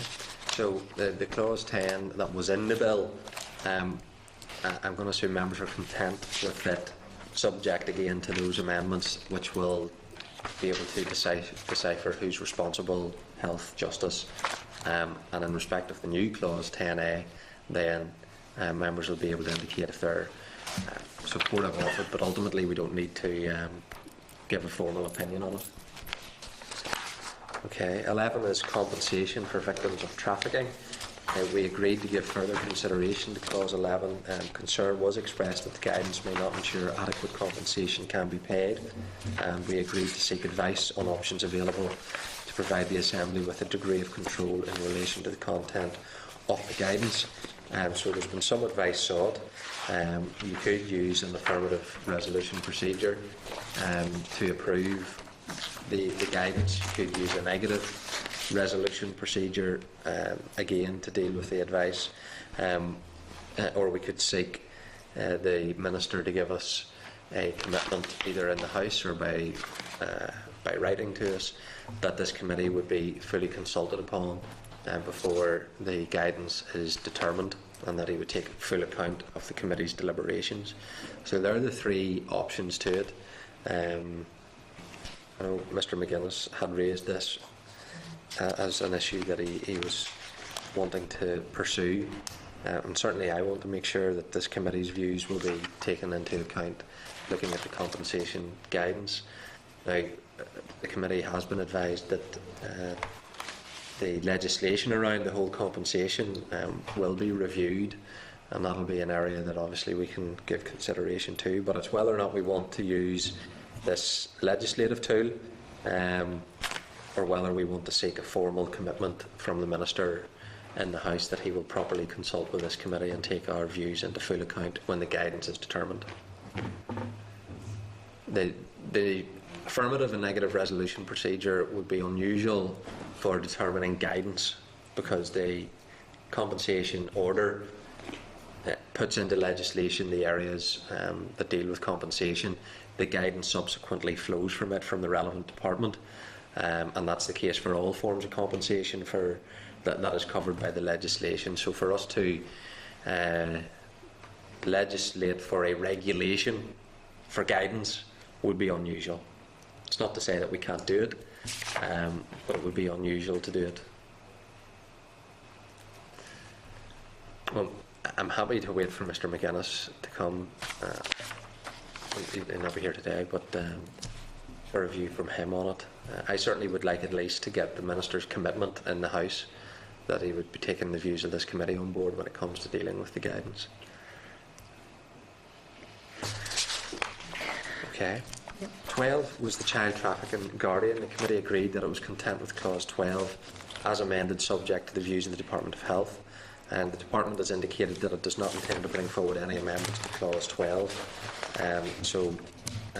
I'm going to now assume the committee will be content with clause 12 as amended by Lord Morrow. Agreed. Clause 15, prevention. The committee agreed to give further consideration to a proposed amendment to clause 15 when the department provided the final wording of the amendment. The department is continuing to engage with Lord Morrow and Legislative Council on the wording of the final amendment. However, it's not yet in a position to forward this to the committee for consideration. We did have indicative wording that was there for clause 15, and it's just the final exact wording.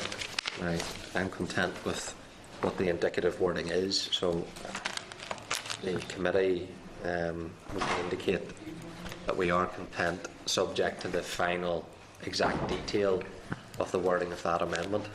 Certainly I'm content to do that. Yeah. Okay. Okay, clause 16 is the Northern Ireland Rapporteur, which there's the proposal for the remit of the Anti-Slavery Commissioner, which would be created by the draft Modern Slavery Bill to be extended to Northern Ireland. And again, this was something that Lord Morrow touched upon, but at this stage it was still within his bill to include clause 16. So certainly we can formally agree the clause when we do that, or we can indicate that we don't agree with this clause, subject to the deliberations of an anti-slavery commissioner.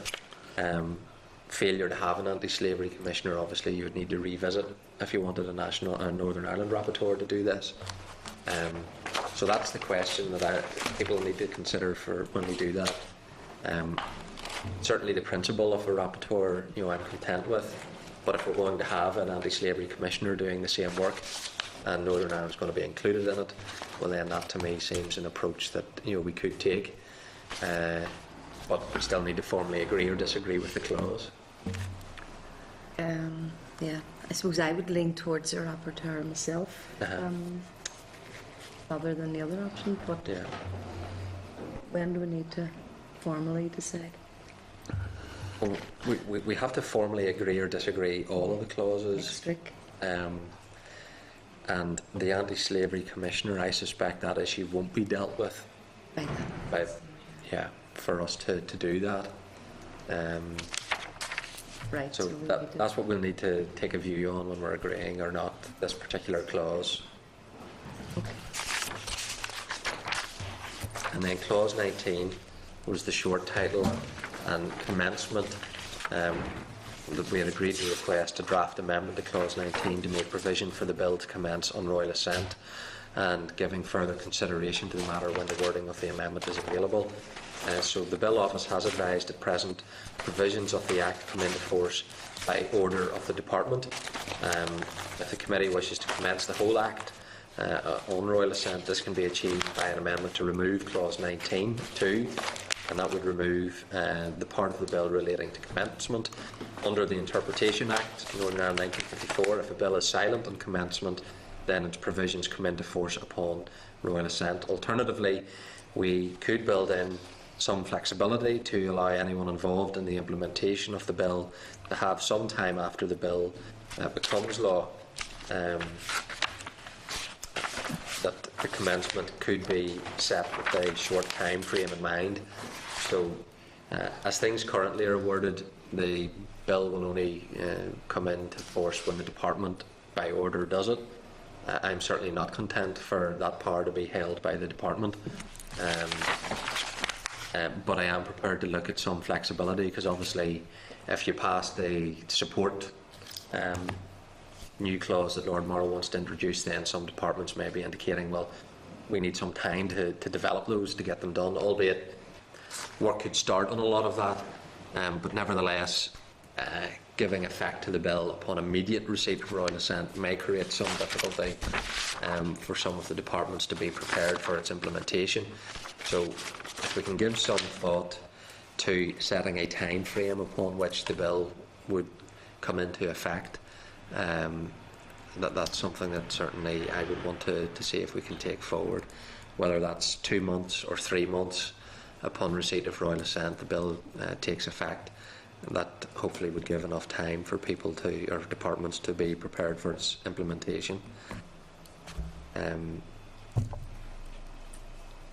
members content that we will set a time frame as opposed to immediate commencement upon royal assent, that we will look at a period of time that would come into effect? Well, I agree, Mr. Chairman, because the department are less than enthusiastic and have to been dragged the whole way along in this bill, so we don't want then to give them the power to put it on the long finger as far as the is concerned. Well, then we will think about the time frame of whether it's 2 months or 3 months, but we'll finalise that whenever we're doing the formal consideration. Okay. I'm conscious that Mr. Elliott hasn't been here for either of these sessions. We had planned to do formal clause by clause next Thursday, and we do have a very tight time frame to get this put through. What I was going to suggest to the committee is we would try and do formal clause by clause of those clauses that have already been dealt with. There's a number of the clauses that we're still seeking some clarity around, but those that have been settled, the view of the committee is settled, and they're not the controversial ones, that we will do formal clause by clause next Thursday, and then we will try and meet on the following Tuesday during the 12:30, 2 o'clock break in Assembly proceedings to do the formal clause by clause of those clauses that we haven't been able to deal with on Thursday. And next Thursday we will have some more discussion then around the clauses that we're still waiting some of the amendments on. Hopefully that might give the department an opportunity to bring forward some of those amendments that they're working on. So if we take that approach, I know it makes it difficult for certainly the committee support staff to pull it together, because on Thursday, not next Thursday, the following Thursday, we need to agree the final report to meet the deadline for publication for the Assembly that the rules require us to achieve. So we'll do the draft report that Thursday at the start of the meeting. If there's any changes to that draft report, we'll come back to it later on that meeting to then agree the final report.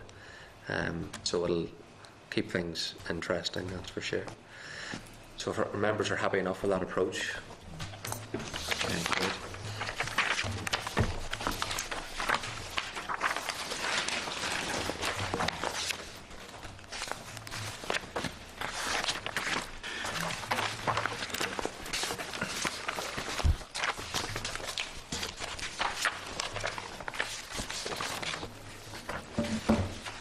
Access to Justice Review, the 6th month update on recommendations. At our meeting on the 19th September, we considered a progress report by the Department covering the period to August 2013, and subsequently sought further information on 2 of the projects relating to the review of the operation of the family justice system and the legal aid forecasting management information project, which had slipped back. The Department has now provided a further progress report and analysis of the savings from changes to criminal legal aid and the suggested refocusing of the programme for the next 12 to 18 months. The analysis of the report indicates that there is some slippage with a number of projects, and details are set out in pages 89 to 90 of your folder. The Minister also plans to commission an Access to Justice Review Part 2 and will announce the arrangements for this shortly. The purpose of the second review will be to help develop the vision of the provision of publicly funded legal services and inform the next steps in the reform programme. It will include how needs might be met through mechanisms other than publicly funded legal aid and potential changes within the justice system which could improve efficiency or reduce costs. So if members are content, note the progress report on the implementation of the access to review recommendations, or whether there's any other issues. I'm thinking, should we ask for a briefing from the department? Oh, There's a lot of projects with slippage and maybe some questions. by way of an oral briefing, you mean, to bring them in on it? Yeah, okay, well, that's fine. We'll set that up. Item 7 is Public Service Pensions Act. An amendment was passed to the Public Service Pensions Bill at further consideration stage to allow widows and civil partners of the 1988 RUC pension scheme to retain pension rights if they remarry or enter into a civil partnership or cohabit. The Department has written to advise that the scope of the provision will benefit survivors of the 1988 pension scheme only, and not those of preceding schemes. The Minister believes that with the acceptance of the amendment to the 1988 scheme, all pension scheme widows, widowers should be treated equally, and therefore intends to ask officials to take steps to extend the provision to earlier schemes through an amendment to secondary legislation. So it's for members to note. Mr. Chairman, did you say cohabit? Because my understanding at the moment is that cohabitation doesn't preclude you from pension, it's only marriage. It's marriage. So why is the phrase cohabit in there? Because that would indicate that those who are cohabiting at the minute are not entitled to their pension, which clearly they are. Because you remember the Sammy Wilson's famous phrase, living in sin, which some people took exception to. Yes. Yeah, no, the department in writing to us did indicate. Well, that can't be right. Or cohabit. Because that was the point. People could live together, but as soon as they married, the widow had to give up her pension. Was my understanding. Yeah. Yeah. Okay. Well, we can ask them to clarify what they mean by cohabit, because it was a very much a legal argument. Yeah, it was. I mean, it was around really It was. If you officially acknowledged that you were in another relationship through marriage or civil partnership, that the changes impacted, as opposed to cohabit. That certainly wasn't the intent of Mr. Alistair's amendment. I listened to it extremely carefully. Yeah. because it was always said that it only affects a very, I think it's 5 or something was mentioned. In my recollection, to be 5 people. There's a 1948 scheme and a 1973 scheme. So I suspect the further back you go, it's not going to obviously have an impact. Item 7 is public service pensions. Oh, sorry, I covered that one. Judicial pensions. Last week's meeting, the committee noted an update from the Department on recent developments in respect of judicial pensions, and particularly the procurement of judicial pension payroll services. The Department has now provided a further update in the current position in relation to the O'Brien litigation and the implications and possible financial liabilities for the Department, and the position regarding the Northern Ireland Industrial Tribunal. So it's for the members to note the current position unless there's more information necessary. Correspondence. Item 3 is correspondence from Committee of Finance Personnel.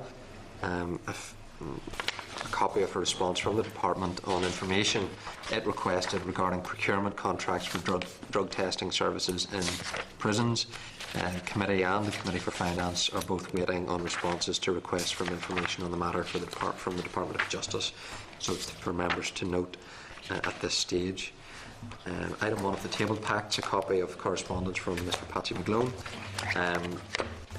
around offences created by the Welfare of Animals Act, which it's claimed are not sufficient to deal with animal cruelty. The committee agreed last week to write to the PPS regarding a recently imposed sentence that was considered to be too lenient, reasons why it cannot be referred, and to raise the matter with the Lord Chief Justice when he next attends.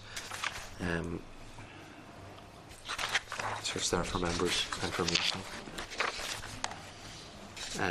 Item 2 is a copy of correspondence from Mrs. Campbell regarding proposed reductions to the prison chaplaincy arrangements and the likely impact this will have on prisoners and programmes such as Family Matters. I know this is an issue that I've had contact with from a number of colleagues around the proposed changes, which at this stage I'm told haven't taken effect. I've had a conversation with the Director for Rehabilitations, which is Brian McCaughey, and seeking to meet with him to try and get a better understanding of what these proposed changes include. And what I would intend to do is to seek a meeting with him. I'm happy to do that on behalf of the committee, and the Vice Chairman would be more than welcome to that, and we can get a briefing from him. I've indicated to him I would like him to give us a written briefing as well, and we can report back to the committee on this particular issue. So if members are happy with that approach, we'll try to get the arrangements in place. Who made the decision? Is there a rationale even from 5 days to 3 days? Is it around all the chaplaincy, or this particular? There are changes afoot for the whole chaplaincy provision for the prison service, and this letter relates to an element of it, but there's broader changes as well. So if we set up the meeting, and then we can report back to the committee on foot of that. Item 4 was a CGI report on securing attendance at court, a follow-up review of inspection recommendations, and that was published earlier today, so it's there for members to note. Obviously, there's elements within the report where the inspectors express some concern about insufficient reliable data. So I think it would be useful if we ask the department to respond to the committee to deal with the concerns that were raised in the report and the commentary from the CGI body as to how they're dealing with them. I think that'll be helpful. Is there any other comments around the correspondence? And then we'll agree to action as outlined. Chairman's business. There's an invite from Committee of the Office of First and Deputy First Minister to do with a lunch which I'm unable to attend. Also, there's a Freedom of Information request which the Assembly Information Standards Officer has written advising of, and that is to receive a copy of all the correspondence between the Justice Committee and the Office of the Lord Chief Justice in relation to the Northern Ireland Judicial Appointments Commission, and in particular the evidence given to the committee by Judge Desmond Marrinan. So the Information Standards Officer will consult with the relevant third parties regarding the information held and advise the committee of how the Assembly intends to respond to the request. The committee will have an opportunity to consider all the information prior to release, and we can express a view before a final decision is taken. All that correspondence is in the public domain at present? The only aspect that isn't are the folders that were provided by Judge Marrinan. Oh, right. The rest are, and I don't anticipate an issue with all of the other issues, but it's around those folders that were provided that they're seeking some advice on.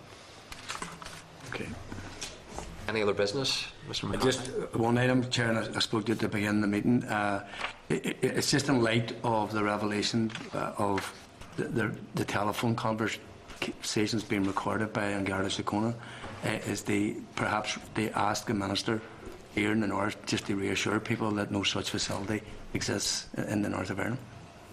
Yeah, happy to do that. Mr. Wells, you indicated to me as well. It'd be interesting to know what's going on in Northern Ireland, but equally there's a very interesting article in today's BBC website from the solicitor who represented one of those deceased in the Smithick Tribunal, and he had great problems getting annotated phone bills, records of phone calls between the guards in and out of the station.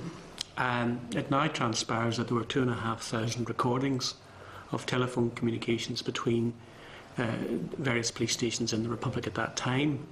Obviously, some of those could have been highly relevant to that tribunal. Those who were involved in it weren't made aware of their existence, and certainly weren't made available to them. And I think it's incumbent upon us as a committee to ask, what is the nature of those phone calls? Why were they not made available to that tribunal? because clearly they could have been extremely important information. I noticed today in the court in Dublin that a case stopped because they had to inquire as to whether there were tape recordings made of calls in relation to that case. So clearly the tribunal was misled about the existence of that material, and if it's out there, it's absolutely vital that it's brought forward and made public. And certainly I'm happy that we will formally now ask the Department and the Minister to assure us that what has happened in the Republic of Ireland isn't happening in Northern Ireland. Or previously hadn't happened either, no, in that sense.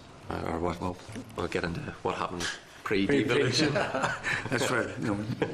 But yeah, no, I'm happy that we would seek that information from the Minister. I also would like to try and incorporate what Mr Wells has indicated, that the Minister is seeking an assurance from the Irish Republic authorities that any information that was held in these tapes have been made available to the appropriate tribunals and investigations where there was implications for Northern Ireland. So if we can formally raise that. In terms of reference for the Smithick tribunals, should have been full disclosure. So there has to be full disclosure in all these types of inquiries for people to have any confidence in them. Okay. But had there been full disclosure and it revealed the presence of these taped conversations, then that would have led to the huge issue that's arisen this week. That would have blown the whole cover on that issue. So there can't have been full disclosure because there wasn't even an admission at Smithick that such taped conversations existed anywhere. They were named between Dundalk and Drogheda and Newry. Yeah, but it happens in all these instances. There was a case in 2011 where the guards actually accepted that there was television or telephone conversations recorded. It actually featured in a trial. But what happens in all these things, people think it was a one-off. Well, similarly in ours, there's been instances where it's accepted that there's been telephone conversations recorded. People think it's a one-off. I think it's a good opportunity. They say to people, what's the extent and what were they used for? And we have no issue with that. Okay, well, we'll raise those issues with the Department formally on behalf of the Committee. Okay, thank you. Well, unless there's any other business, then our next meeting's next week. 2 o'clock. Assembly, Committee Room 30.